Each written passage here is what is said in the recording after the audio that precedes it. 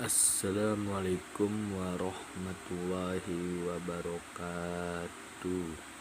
Sebelumnya, perkenalkan, nama saya Feni Ramadhani.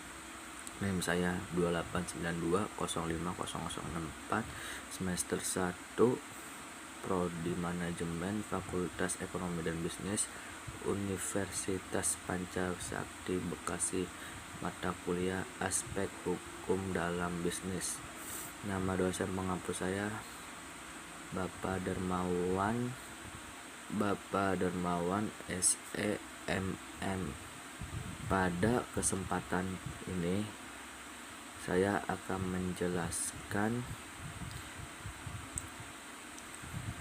menjelaskan bagaimana desain hukum bisnis depan dan bagaimana pendapat Anda mengenai pelindungan konsumen dan tujuan dari pelindungan konsumen, serta uraikan juga jelaskan asas perlindungan konsumen secara lengkap. Oke, yang ini bagaimana desain hukum bisnis pada masa depan. Ini adalah penjelasan saya. Pada saat ini COVID-19 membuat peta dan struktur perekonomian kita mengalami perubahan signifikan. Hampir semua sektor dan kategori dunia usaha terdampak. UKM atau usaha kecil dan menengah termasuk mikro dan ultra mikro, swasta nasional, BUMN, BUMD, berusaha multinasional, dan juga para startup company terdampak. Hanya sedikit yang masih tetap bisa hidup normal. PHK di Indonesia tidak lagi menjadi kecemasan masa depan, karena sudah menjadi kenyataan masa kini menjadi PHK permanen bila banyak usaha bisnis yang bangkrut. Kebangkrutan banyak usaha bisnis sepertinya tidak terhindar, sehingga perlu juga dicari langkah ekstra untuk mencetak usaha bisnis. Dalam upaya mencari solusi atas permasalahan besar tersebut, RBS bekerja sama dengan berbagai pihak menggelar riset secara omni-channel pada periode 1-25 Mei 2020.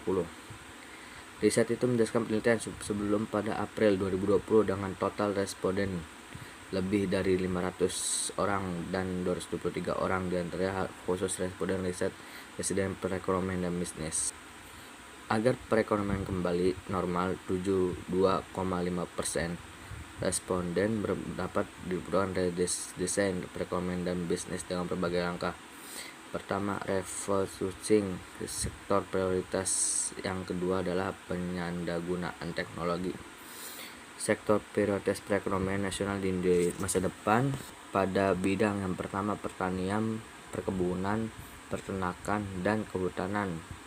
Yang kedua, industri pertanian pangan 40,4%, serta yang ketiga perdagangan retail dan perdagangan lainnya 42,6%. Untuk pertanian tadi, perkebunan, perikanan, peternakan, dan kehutanan itu 6,7%.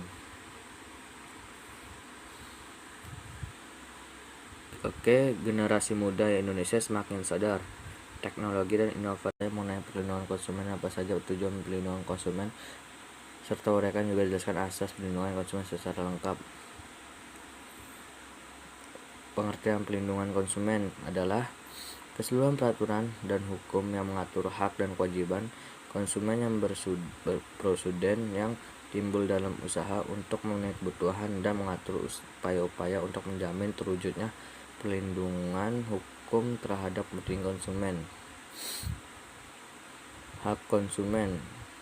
Hak sebagai konsumen diatur dalam Undang-Undang Perlindungan Konsumen Nomor 8 Tahun 1969 tentang perlindungan.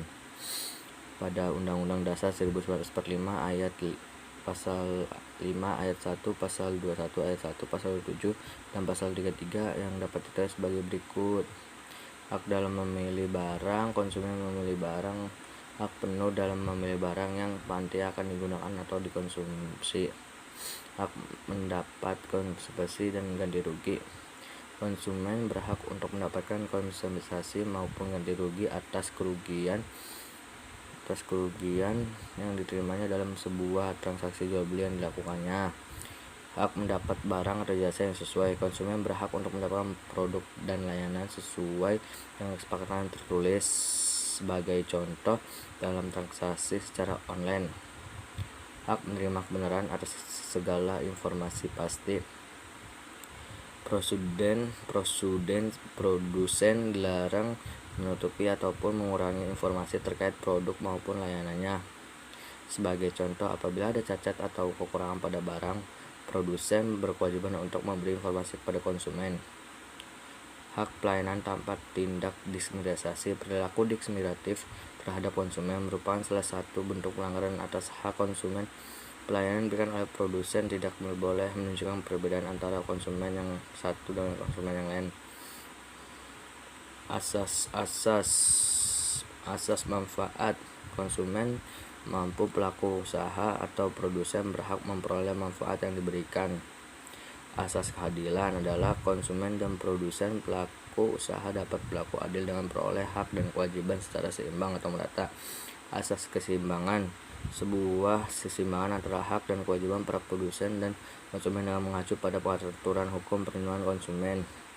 Asas keamanan dan keselamatan. Sebuah jaminan hukum bahwa konsumen akan memperoleh manfaat dari produk yang dikonsumsi pakai, dan sebaliknya bahwa produk itu tidak akan mengganggu keselamatan jiwa dan harta bendanya.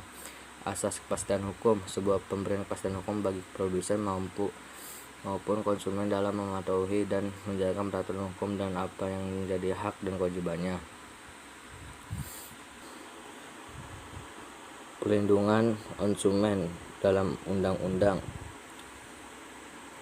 Tujuan dibuat perlindungan konsumen dapat dijelaskan dalam Pasal 3 UU PK 8/tahun 1999 yang dapat dijelaskan. 1. Meningkatkan kesadaran, kemampuan, dan kemandirian konsumen untuk melindungi diri. 2.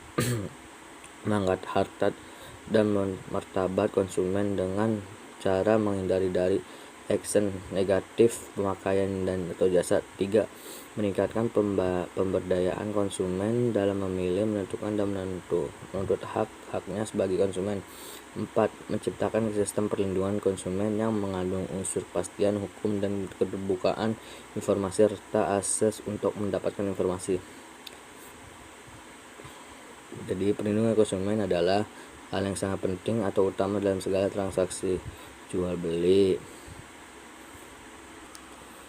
Oke, sekian dari saya sampaikan.